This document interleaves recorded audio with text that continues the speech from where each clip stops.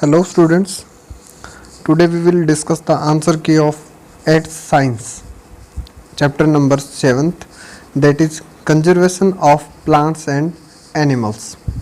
Okay, so start from question number first, that is fill in the blanks. First point is a place where animals are protected in their natural habitat. अब अगर natural habitat means उनको एक जो हमारे animals होते हैं उनको एक ऐसा इन्वायरमेंट देने का मतलब है नेचुरल हैबिटेट, यानी कि उनको ऐसे इन्वायरमेंट में रखना जहाँ पर वो अपने नेचुरल वे में सर्वाइव कर सके, प्रॉपरली वे में, ठीक है, उसको कहते हैं हम सेंचुरीज. ठीक है student, that is called a sanctuary. Next one is species found only a particular area is known as, कि एक पार्टिकुलर एरिया के अंदर जो स्पीसीज पाई जाती है उनको क्या कहते हैं, that are called as endemic species. ठीक है, that is called endemic species only for particular area. Next, migratory birds flight for away places because of days. Class 7th के अंदर 7th चैप्टर जो हमारा weather climate and adaptation of animals to climate, उसके अंदर same यही question होता है कि माइग्रेटरी बर्ड यानी वो बर्ड जो अपने आप को ट्रांसफ़र करते हैं एक प्लेस से दूसरी जगह पे, कब, जब एक्सट्रीम क्लाइमेटिक कंडीशन के अंदर वो सर्वाइव नहीं कर सकते. ठीक है, जैसे बहुत ज़्यादा कोल्ड रीजन के अंदर वो सर्वाइव नहीं कर सकते तो वो क्या करते हैं, मेनली जो यहाँ पे इफेक्ट रहेगा वो होता है उनका ब्रीडिंग प्रोसेस के टाइम पे. ठीक है, बच्चे पैदा करने का जो टाइम पीरियड होता है ना, उस टाइम पे वो माइग्रेट करते हैं दूसरी जगह पे. क्यों करते हैं, because of the climatic changes, कि क्लाइमेट के अंदर कुछ चेंजेस आ जाने के कारण, ठीक है, वो प्रॉपरली सर्वाइव नहीं कर सकते, इसलिए वो क्या करते हैं, माइग्रेट करते हैं किसी फेवरेबल कंडीशन वाली जगह के ऊपर. Okay, next one is find out the differences between. तो फर्स्ट हमारा wildlife sanctuary and biosphere reserve, कि वाइल्ड लाइफ सेंचुरी और बायोस्फीयर रिजर्व में क्या डिफरेंस है. ठीक है student, so start from both the points. Wildlife sanctuary के अंदर क्या होगा कि it is an area within animals are protected. Sanctuary वो एरिया होते हैं जहाँ पे एनिमल्स को उनकी नेचुरल हैबिटेट के अकॉर्डिंग उनको प्रोटेक्ट किया जाता है. ठीक है, ताकि उनको जितने भी जो डेंजर्स होते हैं उनसे बचाने के लिए. और डेंजर क्या हो सकता है वाइल्ड लाइफ एनिमल्स के अंदर, मेन रहता है हंटिंग की प्रॉब्लम. ठीक है, their habitat is also conserve, और उनको उनकी नेचुरल हैबिटेट के अकॉर्डिंग रखा जाता है. That is called wild life sanctuaries. ठीक है, second one is biosphere reserve. क्या होता है कि it is a large protected area, है दोनों सेम, दोनों के दोनों प्रोटेक्शन का काम करते हैं. ये लार्ज होता है ताकि उसके अंदर बायोडाइवर्सिटी के अंदर आपके प्लांट्स और एनिमल्स दोनों आ जाते हैं. ठीक है, there are many species of plants and animals are conserve, that is called biodiversity, and उसको बोलते हैं बायोस्फीयर रिजर्व. ठीक है स्टूडेंट, तो वाइल्ड लाइफ सेंचुरी का सेकंड पार्ट रहेगा it provide protection and suitable living condition to the animals. जो wild animal इसमें रखा जाता है उनको प्रॉपरली उनकी नेचुरल हैबिटेट के अकॉर्डिंग उनको कंडीशन दी जाती है कि जिस हैबिटेट के अंदर उनको रहना चाहिए उनको सेम एज इट इज वही कंडीशन दी जाती है. सेकंड, बायोस्फीयर के अंदर क्या होगा, it help in the conservation of various life forms. जैसे मैंने अभी आपको जस्ट बताया था ना बायोडाइवर्सिटी वर्ड से, कि प्लांट और animal. So student, plants, animals, micro organism, इसमें सभी को रिजर्व किया जाता है. ठीक है, सभी को कंजर्व करते हैं, प्रोटेक्ट किया जाता है. और इसका एग्जांपल है वाइल्ड लाइफ सेंचुरी का Pachmarhi sanctuary is a wildlife sanctuary, Pachmarhi. ठीक है, इसके अलावा Pachmarhi biosphere reserve is a popular biosphere reserve. तो पंचमढ़ी के अंदर आपको वाइल्ड लाइफ सेंचुरी भी मिलेगी और बायोस्फीयर रिजर्व भी मिलेगा. ठीक है, दोनों में डिफरेंस है सिर्फ नेचुरल हैबिटेट का, कि जो नेचुरल हैबिटेट के अकॉर्डिंग जिनको रखा जाता है, प्रोटेक्ट किया जाता है, वो वाइल्ड लाइफ सेंचुरी होता है. और जिनमें प्लांट्स, एनिमल्स सभी को मतलब मल्टीपल स्पीसीज को साथ में रखा जाता है. ठीक है, और बड़े लेवल पे होता है, उसको बोलते हैं biosphere reserve. Okay student, so next one is difference between जू एंड वाइल्ड लाइफ सेंचुरी. जू और वाइल्ड लाइफ सेंचुरी में क्या डिफरेंस है, तो स्टार्ट करते हैं. फर्स्ट ऑफ ऑल, जू के अंदर it is a facility in which animals are kept for public exhibition, exhibition होता है शो ऑफ करना, यानी पीपल्स यानी लोगों के लिए, पब्लिक के लिए क्या करते हैं, एग्जिबिट यानी कि लोगों को दिखाने के लिए उनको एक जगह पे रखा जाता है और वहाँ पे रहने की, खाने की फैसिलिटी दी जाती है, ठीक है। और it is an artificial habitat, इसको बनाया जाता है ना कि नेचुरल, जैसे फॉरेस्ट होते हैं इस टाइप का कोई सिस्टम नहीं होता। एक स्पेशल जगह पहले स्पेसिफाई की जाती है, उस जगह पे उन एनिमल्स को और कुछ ग्रीनरी, ठीक है, और उनको एज ए प्रोटेक्शन के अंडर तो रहते ही हैं, बट उनकी एक कंडीशन ऐसी बना दी जाती है कि लोगों के घूमने फिरने से लेकर इनको रखा जाता है, ठीक है, ये खुले में नहीं घूम सकते। इसके अलावा अगर हम बात करते हैं वाइल्ड लाइफ सेंचुरी की, ठीक है, तो ये हमने अभी जस्ट पढ़ा ही है पिछले क्वेश्चन के अंदर। It is an area with which animals are protected from possible danger, जैसे हंटिंग से बचाने के लिए, और हैबिटेट भी उनकी कंजर्व होती है। It conserve the natural habitat, इसमें नेचुरल हैबिटेट मिलती है एनिमल्स को, यानी कि जैसे उनको फील ही नहीं होता कि वो पहले थे किसी फॉरेस्ट के अंदर है या फिर किसी वाइल्ड लाइफ सेंचुरी के अंदर है। Okay, next one difference is endanger species and extinct species, कि एंडेंजर जो डेंजर के अंदर है और एक्सटिंक्ट जो एग्जिस्ट ही नहीं है अब, ठीक है, उनको बोलते हैं एक्सटिंक्ट स्पीसीज। ओके, तो फर्स्ट पॉइंट है endanger species. It is a population of species that is on the way of becoming extinct, यानी वो एंडेंजर की कैटेगरी के अंदर है, वो कभी भी खत्म हो सकते हैं, यानी जिनकी काउंटिंग बहुत लो लेवल पे है। ओके, और उनकी प्रोग्रेस जो थी हमारे मल्टीप्लाई करने की जो ब्रीडिंग प्रोसेस है वो भी अब इतनी ज़्यादा नहीं है, उनको बोलते हैं एंडेंजर स्पीसीज, जो डेंजर वे में है, मतलब कुछ एक ही बचे हैं वो जो। Okay, blue whale, tiger, leopard are the example of endanger, ये सारी की सारी जो स्पीसीज है ये एंडेंजर वे में है, यानी इनकी काउंटिंग ज़्यादा नहीं हमारे इन्वायरमेंट के अंदर। अगर हम बायोडाइवर्सिटी की बात करते तो ये ज़्यादा नहीं मिलेंगे आपको। एक्सटिंक्ट कौन सी होती है, वो population that no longer exist, जो अब दिखाई देते ही नहीं है, ठीक है, जो अब है ही नहीं, वो होती है एक्सटिंक्ट, जो ख़त्म हो चुके हैं। Dodo, passenger pigeon, example of extinct, ठीक है, dodo, passenger pigeon, there are many other example you can read from the book that are on extinct species. Okay, तो एंडेंजर मतलब जो डेंजर वे में है, और कुछ टाइम पीरियड के बाद में अगर ऐसे चलता रहा तो वो भी एक्सटिंक्ट हो जाएंगे, ख़त्म हो जाएंगे, ठीक है। तो इनको गवर्नमेंट अपने अंडर रखती है, जैसे आपने सुना भी होगा कि जो फॉरेस्ट या फिर वाइल्ड लाइफ के जो एनिमल्स हैं उनको हंटिंग पे कंट्रोल कर रखा है गवर्नमेंट ने, प्रतिबंध लगा रखा है। अगर कोई ऐसा करता भी हो तो उनके अंदर आईपीसी की कुछ धाराएं हैं जिसमें उनको सज़ा भी हो सकती है, ठीक है student. Next one difference is flora and fauna. अब जो फ्लोरा एंड फोना है वो हमारे प्लांट्स और एनिमल्स को शो करते हैं, ठीक है, प्लांट्स और एनिमल्स को एक पार्टिकुलर एरिया के अंदर उनको शो करने का काम करते हैं। तो फ्लोरा होता है हमारा it all living plants in A particular area, यानी कि प्लांट्स को जो डिनोट करते हैं वो होते हैं फ्लोरा, और जो एनिमल्स को डिनोट करने का काम करते हैं वो होते हैं फोना, ठीक है। रेफर्स टू ऑल एनिमल्स, यानी एनिमल्स से रिलेटेड हमारा ये वर्ड इस साइड होगा हमारा यहाँ पे फोना, ठीक है। तो फ्लोरा हमारा हो जाएगा प्लांट से रिलेटेड, फोना यानी कि एनिमल से। ओके, तो इनके एग्जाम्पल की अगर बात करते हैं तो फ्लोरा यानी कि लिविंग प्लांट्स के एग्जाम्पल देना, sal, teak, mango from the flora of Pachmarhi biosphere, और leopard, wolf, wild dog from the fauna of Pachmarhi biosphere, क्योंकि पंचमढ़ी के अंदर दोनों ही हमारे, जैसे फर्स्ट ऑफ ऑल क्वेश्चन के अंदर हमने स्टडी किया था। ओके स्टूडेंट, तो ये कुछ डिफरेंसेस थे हमारे। सो बात करते हैं नेक्स्ट क्वेश्चन की। Discuss the effect of deforestation, कि डिफॉरेस्टेशन का मतलब क्या होता है, पेड़ पौधों को कट ऑफ करना।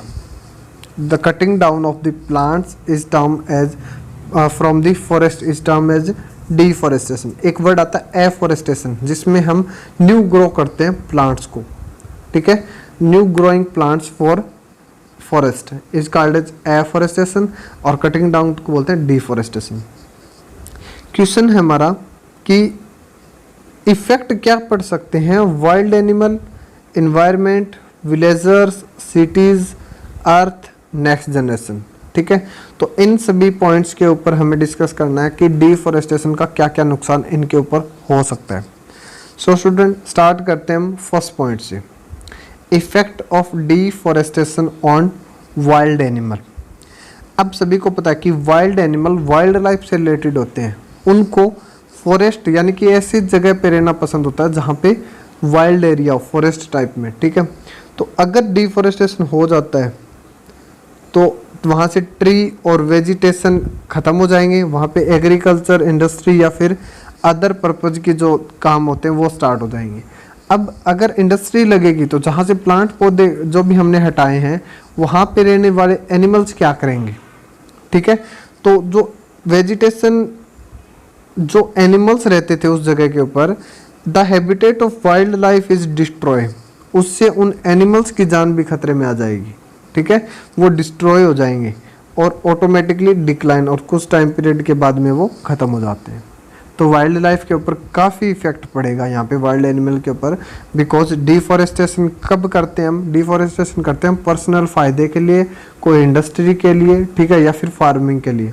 अगर वो करेंगे तो प्लांट्स के साथ साथ में जो उन प्लांट्स के ऊपर जो एनिमल्स, वाइल्ड एनिमल्स जो डिपेंड कर रहे थे, उनको जगह नहीं मिलेगी, home and shelter, food and shelter, जो भी रिक्वायरमेंट है उनकी वो कंप्लीट नहीं होगी, तो वो कुछ टाइम पीरियड के बाद में डिक्लाइन हो जाएंगे। Okay, next effect is effect of deforestation on the environment. Environment पे क्या नुकसान होगा? अगर स्टूडेंट हम बात करते हैं इन्वायरमेंट की, तो plant absorb CO2 from the atmosphere. Plant क्या करते हैं? CO2 अब्जॉर्ब करते हैं एटमॉस्फेयर से, किस लिए?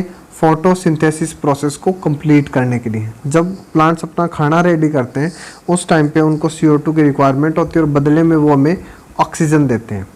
ठीक है, तो अगर डिफॉरेस्टेशन होगा तो क्या होगा? इफ प्लांट आर डिस्ट्रॉय, ठीक है, अगर प्लांट्स डिस्ट्रॉय हो जाएंगे, the level of CO2 in the atmosphere will rise. तो क्योंकि CO2 का तो यूटिलाइज नहीं हो पाएगा कम्प्लीटली, तो CO2 की वैल्यू क्या हो जाएगी हमारे इन्वायरमेंट के अंदर? इंक्रीज हो जाएगी। ठीक है, एज ए लिमिट, अगर हम लिमिट से बात करेंगे तो इससे नुकसान क्या होगा? CO2 will trap more heat radiation. ठीक है, तो इससे नुकसान क्या होगा? जो CO2 है वो ज़्यादा हीट रेडिएशन को क्या करेगी? ट्रैप करेगी, रोकने का काम करेगी, और उससे क्या होगा? ग्लोबल वार्मिंग हो जाएगी। N increase in the temperature, और अगर टेम्परेचर हमारा इसी तरह बढ़ता रहा, ठीक है, तो इससे नेचुरल जो हमारा वाटर साइकिल का जो सिस्टम बना हुआ है, नेचुरल वाटर साइकिल का, वो डिस्टर्ब हो जाएगा। ठीक है, as a result there will be a change in rainfall pattern. Rainfall का जो हमारा पैटर्न है उसमें भी इफेक्ट पड़ेगा, और अगर एक स्पेसिफिक एरिया के ऊपर अगर बारिश नहीं आती तो वो किस में कन्वर्ट हो जाता है? हमारा ड्रॉट के अंदर, यानी कि सूखे के अंदर कन्वर्ट हो जाएगा वो। ओके, वहाँ पे सूखा पड़ जाता है फिर। Next one is effect of deforestation on villages. Villages को बोलते हैं रूरल एरिया। ठीक है, किसी के बुक्स के अंदर यहाँ पे वर्ड आपका रूरल भी हो सकता है, तो आपको यही एक्सप्लेन करना है कि रूरल एरिया के अंदर क्या इफेक्ट पड़ेगा। इफेक्ट ऑफ डिफॉरेस्टेशन, ओके, तो root of plants hold soil particles together.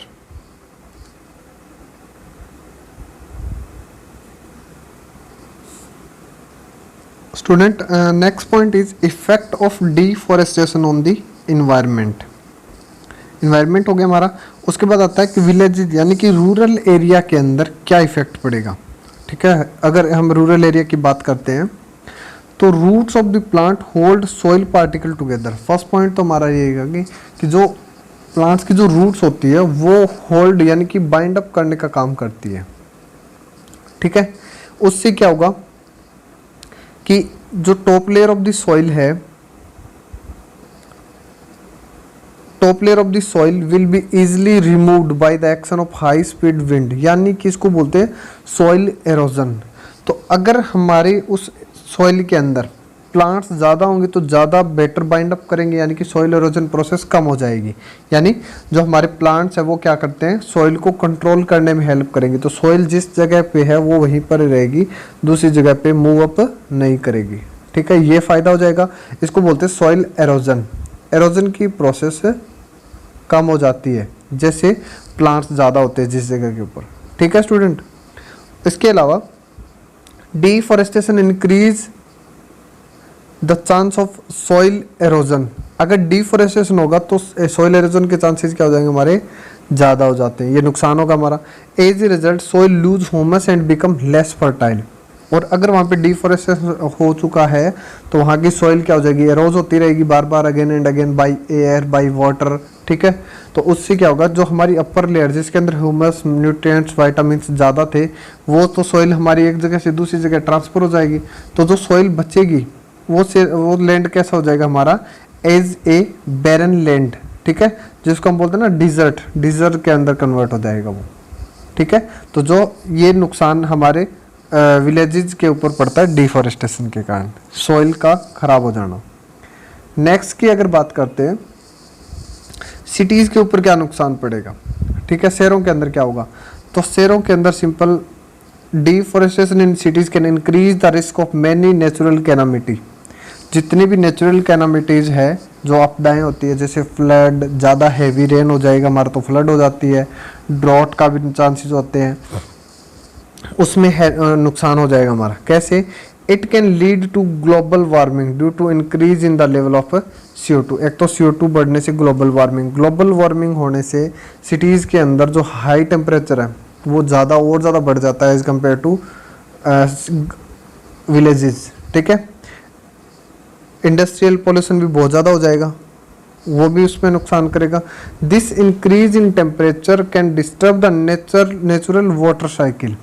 और उससे जो नेचर के अंदर जो वाटर साइकिल का जो सिस्टम बना हुआ है हमारा परफेक्ट वे में, वो भी डिस्टर्ब हो जाएगा। ठीक है, ये हमारा नुकसान रहेगा सिटीज़ के अंदर। दूसरा पॉइंट्स क्या हो सकता है यहाँ पे, कि अगर सिटीज़ के अंदर डिफॉरेस्टेशन करते हैं हम, ठीक है, तो वहाँ पे एक तो पोल्यूशन तो पहले ही ज़्यादा होता है, और हमारी जो साउंड का पोल्यूशन है उसको भी, वो भी इंक्रीज़ हो जाएगा, एयर का पोल्यूशन है वो भी इंक्रीज़ हो जाएगा, सॉइल का पोल्यूशन तो वैसे भी हो सकता है। ठीक है, तो ये पोल्यूशन को कंट्रोल करने का काम करते थे, बट डिफॉरेस्टेशन होने के कारण वहाँ पे पोल्यूशन लेवल और ज़्यादा बढ़ सकता है। ओके स्टूडेंट, ये भी आप इसमें ऐड कर सकते हो। नेक्स्ट हमारा कि डिफॉरेस्टेशन से अर्थ के ऊपर क्या इफेक्ट होगा। अगर डिफॉरेस्टेशन होगा हमारा तो चांस ऑफ डिजर्टिफिकेशन, यानी कि सॉइल बैरन में कन्वर्ट हो जाएगी, डिजर्ट में कन्वर्ट हो जाएगी, ड्रॉट सूखा आ सकता है, बाढ़ आ सकती है। Increase deforestation can also increase the level of CO2 बढ़ जाएगी हमारी अर्थ के ऊपर। ठीक है, lead to increase in the temperature, जैसे global warming, green house effect हो सकते हैं, नेचुरल वाटर साइकिल हमारा डिस्टर्ब हो जाएगा। तो यहाँ पे जहाँ पे बारिश की कम रिक्वायरमेंट, कहीं पे ज़्यादा भी हो सकती है बारिश। ठीक है, जो परफेक्ट पैटर्न बना हुआ है वो सारा का सारा क्या हो जाएगा, डिस्टर्ब हो जाएगा। ठीक है, और ऐसी डिस्टर्बेंस के अंदर जो नेचुरल कैलामिटीज़ होती है, हमारे जो प्राकृतिक आपदाएं वर्ड बोलते हैं उसको, उनके चांसेस ज़्यादा हो जाते हैं फिर। ठीक है student. Next one is on next generation, यानी हमारी जो आगे आने वाली जनरेशन है उसके ऊपर क्या इफेक्ट पड़ेगा। जो टॉपिक अब हमने कंप्लीट किए हैं पिछली जो भी पॉइंट्स के अंदर, वो सारे के सारे इफेक्ट नेक्स्ट जनरेशन पे पड़ेंगे। क्या, deforestation is slowly changing our environment condition, कि हमारी जो इन्वायरमेंट की कंडीशन जो अब से मतलब 40-50 ईयर्स जो पहले थी, ठीक है, लेस पोल्यूशन था, बिल्कुल हेल्दी एयर थी हमारे पास, हेल्दी वाटर था, हेल्दी हम खाना खाते थे। ठीक है, वो सारी प्रॉब्लम्स नेक्स्ट जनरेशन के लिए चेंज हो जाएगी। It is responsible for global warming, उनको ग्लोबल वार्मिंग जैसी प्रॉब्लम में सर्वाइव करना पड़ेगा। Soil erosion, green house effect, drought, flood and many other global problems. ठीक है, तो नेक्स्ट जनरेशन के लिए क्या रहेगा हमारा, face severe consequences of deforestation. तो नेक्स्ट जनरेशन को काफ़ी सारी प्रॉब्लम क्रिएट हो सकती है, चाहे वो पोल्यूशन से रिलेटेड हो, ठीक है, सॉइल एरोजन से रिलेटेड, ग्रीन हाउस इफेक्ट्स। ठीक है, तो ये सारे सारे पॉइंट हमारे नेक्स्ट जनरेशन पे पढ़ेंगे हम। What will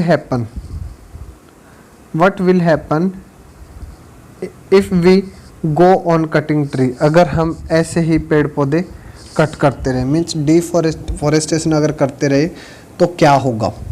okay, so student answer हमने पहले भी डिस्कस किया है कि जैसे लास्ट वाला जो क्वेश्चन था वो सारा का सारा इसी बेस था, तो उसी को अगेन एक बार और हम करेंगे कि if we go on cutting tree the natural habitat of animal will completely destroy. जो नेचुरल हैबिटेट है ना हमारे एनिमल्स की वो कम्प्लीटली डिस्ट्रॉय हो जाएगी, ठीक है। As a result the biodiversity of many areas will be severely affected. जो बायोडाइवर्सिटी यानी कि वो एरिया जहाँ पे प्लांट एंड एनिमल जो सर्वाइव कर रहे थे उसमें बहुत सारा चेंजेस आ जाएगा। There will be an increase in temperature, temperature बढ़ जाएगा और अर्थ के ऊपर क्या हो जाएगी, ग्लोबल वार्मिंग जैसी प्रॉब्लम क्रिएट हो जाएगी, ठीक है। ग्रीन हाउस इफेक्ट भी होगा which can disturb the natural water cycle. Water cycle यानी कि बारिश वगैरह का जो सिस्टम है उसमें भी कन्वर्जन हो जाएगा हमारा। As a result there will be a change in the rainfall pattern. Rainfall pattern बिल्कुल ख़राब हो सकता है कि जहाँ पर बारिश होगी वहाँ बहुत ज़्यादा हो जाएगी यानी कि फ्लड हो जाएगा, जहाँ पे बारिश की रिक्वायरमेंट है वहाँ पे ड्रॉट रहेगा, सूखा आ जाएगा। This could lead to flood और ड्रॉट, या तो फ्लड या तो बाढ़ होगी एक जगह पे या फिर ड्रॉट सूखा। This will also increase the risk of soil halogen, soil halogen हो जाएगा, डिजर्टिफिकेशन हो जाएगा और नेचुरल कैलामिटीज जैसी प्रॉब्लम्स क्रिएट होगी। ओके स्टूडेंट, सेकेंड इसमें दे रखा है कि अगर हम पेड़ ऐसे ही करते रहे तो the habitat of animal is disturbed, ठीक है। अगर एनिमल्स की हैबिटेट को अगर हम डिस्टर्ब करते हैं तो क्या होगा। अगर एनिमल्स की हैबिटेट को हम डिस्टर्ब करेंगे मीन्स पेड़ पौधे कट कर देते हैं, ठीक है, उन वाइल्ड लाइफ को इफेक्ट डालते तो क्या होगा। The habitat of an animal provides it with necessity such as shelter, food and protection. उसकी नेसेसिटी किस चीज़ों में है, नेचुरल चीज़ें क्या हो सकती है, उसको रहने को खाना रहने को जगह, फूड और प्रोटेक्शन चाहिए, ठीक है। If the habitat of an animal is disturb, अगर हमने उनकी हैबिटेट को डिस्टर्ब किया then it will be force to go for other place, और वो फिर दूसरी जगह पे जाएंगे। क्यों? क्योंकि शेल्टर, फूड और प्रोटेक्शन के लिए वो जगह चेंज करेंगे, ठीक है। The animals could get killed by other animal in this process. Animals भी दूसरों से किल हो सकते हैं और वाइल्ड एनिमल अगर ऐसा करते हैं तो वाइल्ड एनिमल सिटीज़ के अंदर भी आ सकते हैं, गाँव के अंदर भी आ सकते हैं, तो वो ह्यूमन बींग को भी नुकसान कर सकते हैं यहाँ पे, ठीक है student. So next one is the top layer of soil को अगर हम एक्सपोज करेंगे, टॉप लेयर ऑफ सॉइल को अगर हम एक्सपोज करते हैं तो क्या नुकसान होगा। टॉप लेयर के अंदर क्या क्या चीज़ें होती है हमारी कि ह्यूमस बहुत ज़्यादा होता है, वाइटामिन्स, न्यूट्रिएंट्स काफ़ी मिलेंगे, माइक्रो ऑर्गेनिज्म भी उसी लेयर में सर्वाइव करते हैं, ठीक है। If the top layer of the soil is expose then it will gradually expose to lower layer of soil, ठीक है। अगर हम अपर लेयर को एक्सपोज करते रहेंगे तो हम कहाँ पे आ जाएंगे, लोअर लेयर पे। और लोअर लेयर कैसी होती है, hard and Rocky in nature, एक तो हार्ड होगी, दूसरा उसमें रॉक्स के पार्टिकल बहुत ज़्यादा मिलेंगे। This type of soil is less fertile, ठीक है, लेस फर्टाइल यानी कि फर्टिलिटी फर्स्ट लेयर के कंपैरिजन में कम होती है, ठीक है, जिसको टॉप लेयर बोलते हैं, उसके कंपैरिजन में क्या रहेगी, कम होगी। Continue erosion will make the land barren. अगर वहाँ पे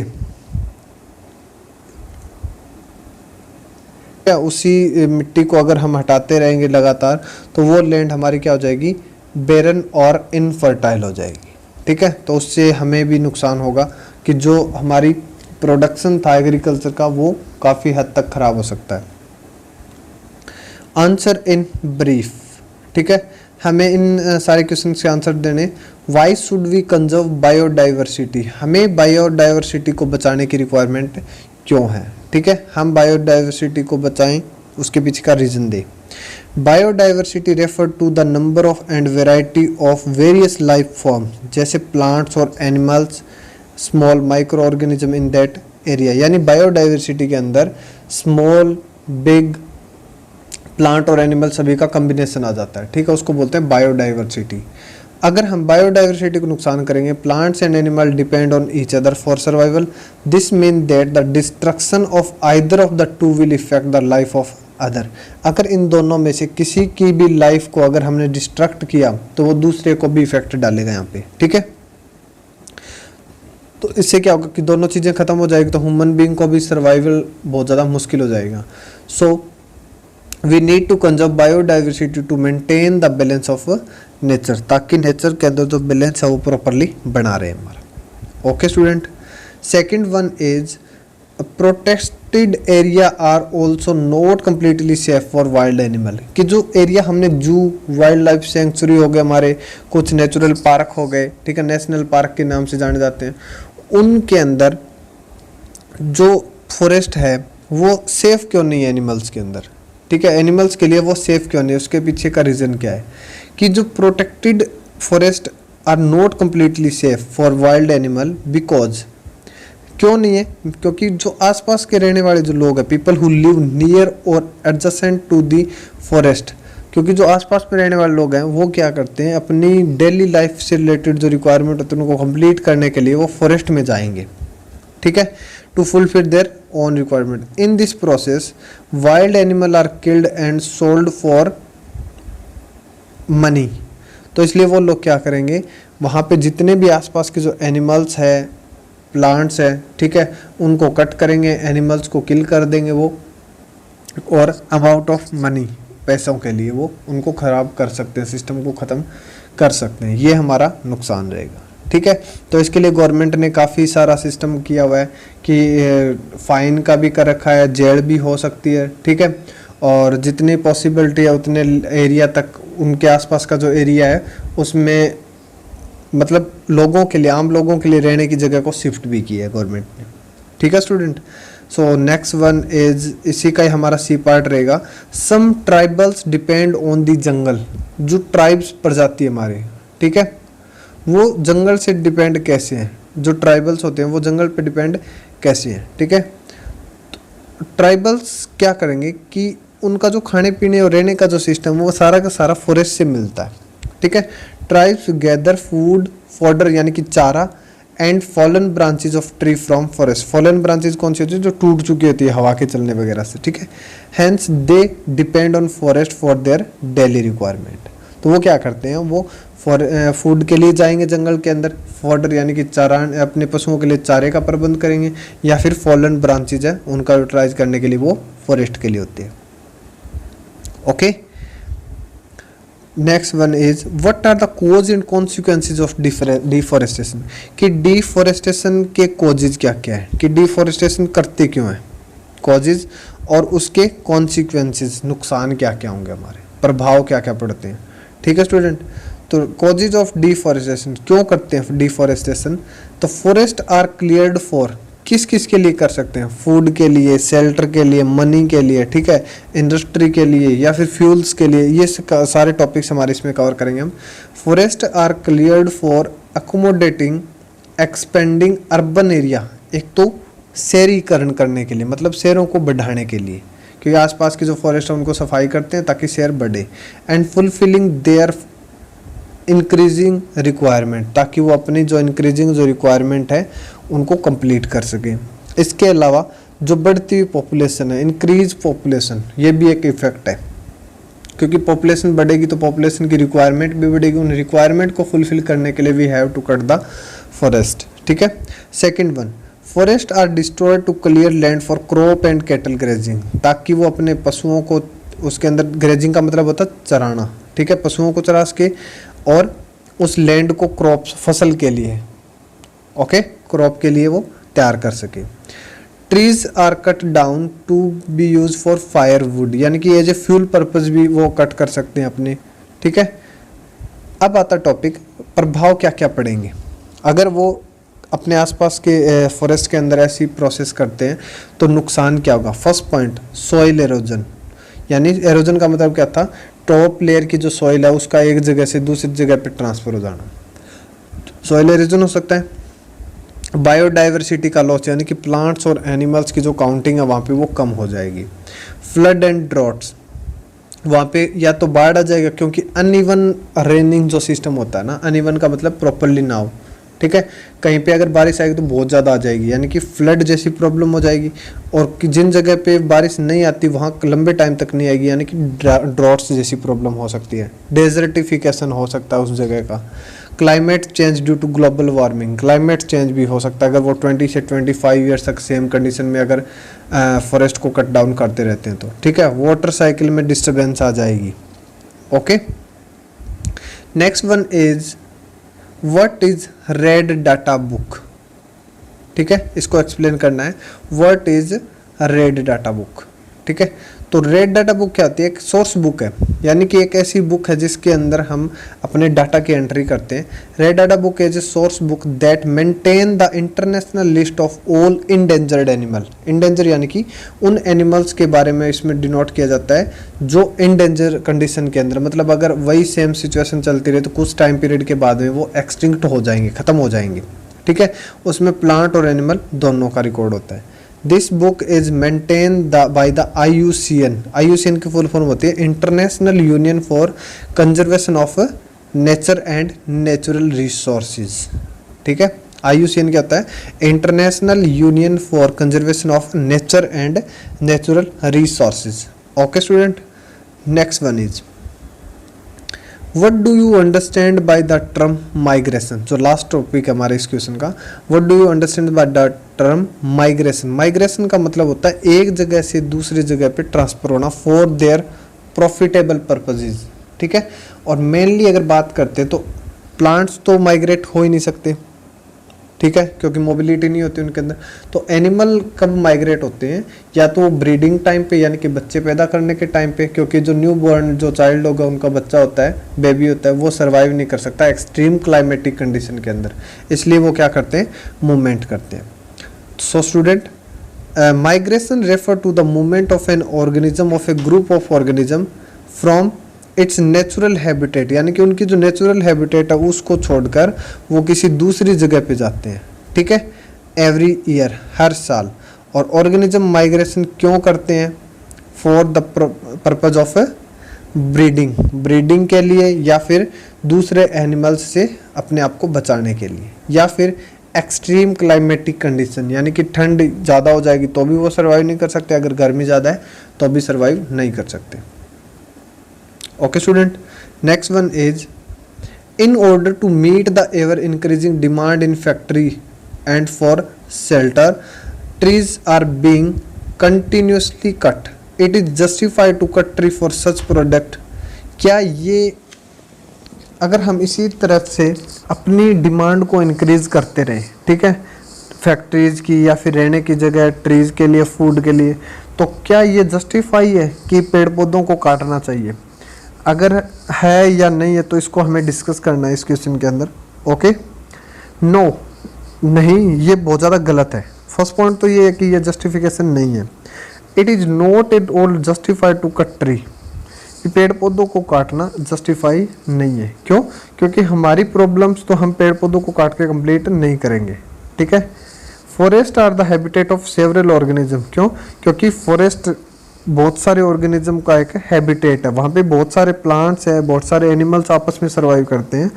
they provide good quality air, ठीक है, वो हमें एज ऑक्सीजन एयर देने का काम करते हैं, और एज हमारा जो वेस्ट है उसको लेने का काम करते हैं, harmful CO2 gas from the atmosphere. In the process they prevent the excessive heating of the atmosphere.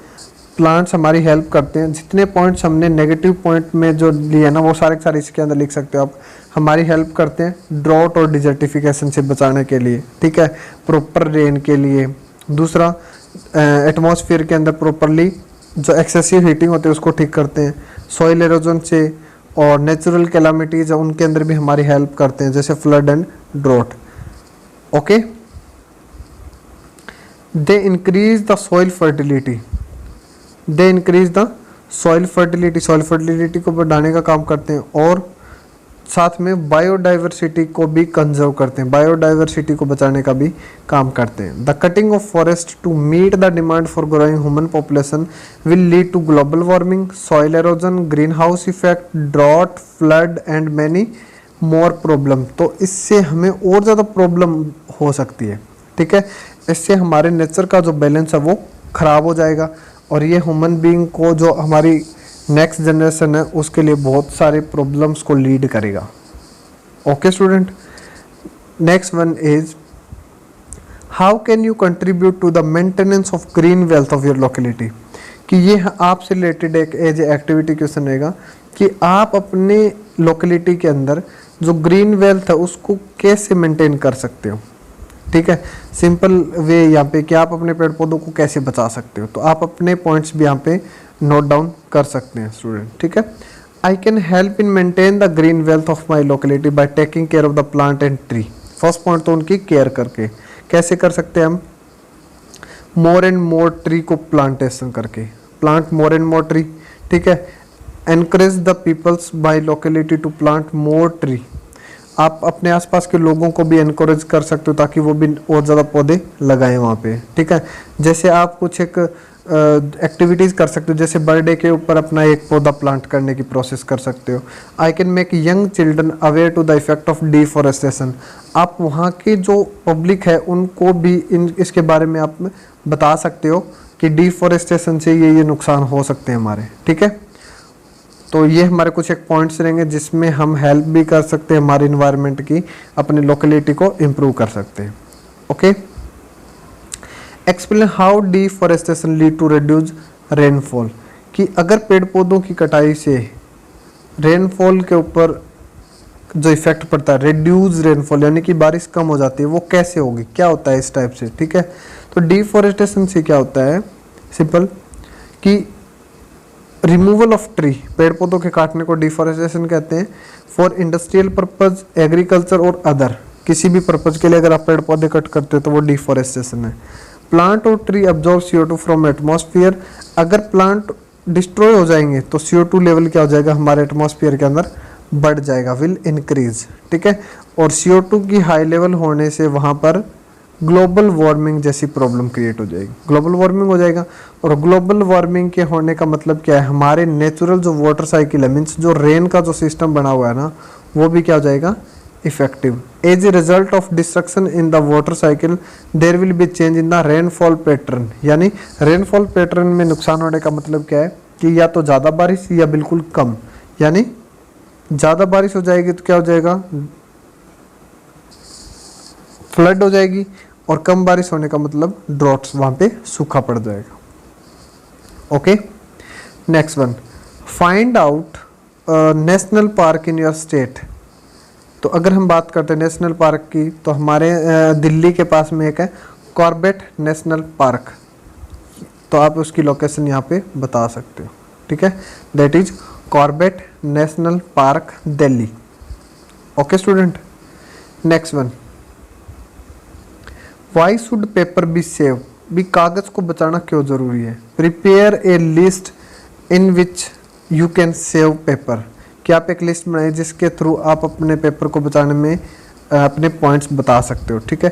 Paper should be save because, क्योंकि 17 full grown tree to make 1 ton of paper, हमें लगभग 17 फुल ग्रोन यानी कि बड़े बड़े पेड़ पौधों की रिक्वायरमेंट पड़ती है 1 टन कागज तैयार करने के लिए, ठीक है।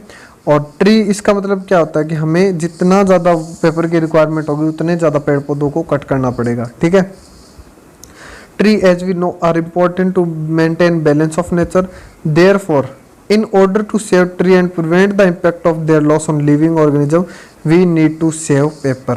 और अगर हम चाहते हैं कि उनका नुकसान हमारे इन्वायरमेंट पे ना पड़े, ठीक है, तो हमें पेड़ पौधों को बचाना चाहिए। तो क्या क्या कर सकते हैं हम, जितने भी हमारे जो पेपर से रिलेटेड जो ऑब्जेक्ट्स है, ठीक है, चाहे आपकी नोटबुक हो कुछ भी, उसको आप प्रॉपरली यूटिलाइज करें, उसके बाद उसको रिसाइकलिंग के लिए दे दें, ठीक है। Both side of paper for writing, दोनों साइड से यूटिलाइज करें। Spread awareness about the importance of paper, लोगों के अंदर अवेयरनेस यानी कि जागरूकता अभियान चलाएं ताकि लोग जागरूक हो जाए। यूज़ पेपर इंटेलिजेंटली, पेपर का यूज़ प्रॉपरली करें इंटेलिजेंट वे के अंदर ताकि वेस्ट ना हो। ओके स्टूडेंट, सो अब हमारा student last question is puzzle. Okay, so start from up to down, means आपको आंसर देना है इसमें अप टू डाउन यानी अप डाउन के अंदर। First one is species on an verge of extinction, यानी वो स्पीसीज जो एक्सटिंक्शन होने की कगार पे हो, जिसको हमने चैप्टर के अकॉर्डिंग क्या वर्ड बोला है, इनडेंजर्ड, यानी कि फर्स्ट के अंदर इसमें आएगा इनडेंजर्ड इसमें। और इनडेंजर्ड की स्पेलिंग सभी को पता होगा, EN डेंजर्ड, DAN, ओके, और ये आपकी इस लाइन के अंदर इंडेंजर्ड हो जाएगा। Okay, so student next one is a book carrying information about endangered species, यानी वो बुक जिसके अंदर इंडेंजर्ड स्पीसीज की हम इंफॉर्मेशन को नोट डाउन करते हैं। ये सेकंड का अप डाउन रहेगा हमारा, ठीक है। तो सेकंड का जो अप डाउन है वो हमारा ये वाला, तो इसके अंदर क्या रहेगा, red data book, red data book, okay, red data book. Next one is consequences of deforestation and that is fifth point up down के अंदर, कि डिफॉरेस्टेशन के क्या क्या नुकसान हो सकते हैं। तो इसके अकॉर्डिंग हम लिखेंगे इसमें डेजर्ट, यानी जो हमारी सॉइल है वो डिजर्ट्स के अंदर कन्वर्ट हो सकती है। और ये आप काउंट कर लेना कि अगर डिजर्ट कंप्लीट होता है तो ठीक है, नहीं तो एस भी यूज़ कर सकते हैं, DESERTS, ओके, तो डिजर्ट्स भी यूज़ कर सकते हो आप। नेक्स्ट वन, तो ये हमारे अप डाउन कंप्लीट हो गया। अब हम करेंगे अक्रॉस के अंदर, मीन्स साइड के अंदर। तो first one is species which have Venice, वो स्पीसीज जो ख़त्म हो चुकी है, ठीक है, that is called extinct species. इसके अंदर EXTINCT, extinct species, okay. Next one is species found only on a particular habitat, कि वो स्पीसीज जो एक पार्टिकुलर जगह के ऊपर पाई जाती है, ठीक है, दैट इज कॉल्ड एंडेमिक। ये हमारा थर्ड का रहेगा यहाँ पे, ठीक है, एंडेमिक स्पीसीज, ENDEMIC, ठीक है, endemic species. Next one is variety of plants, animal and micro organism found in an area, कि एक वो एरिया जहाँ पे वैरायटी यानी कि multiple type of plant and animals, micro organism पाए जाते हैं, उसको क्या कहते हैं, ठीक है। तो ये रहेगा हमारा ये वाला part, that is called biodiversity, biodiversity, okay student. So ये हमारा चैप्टर कंप्लीट होता है। होप सभी को प्रॉपर्ली समझ में आया है हमारे, ठीक है, और completely read down and note down. Okay, have a nice day student and bye bye.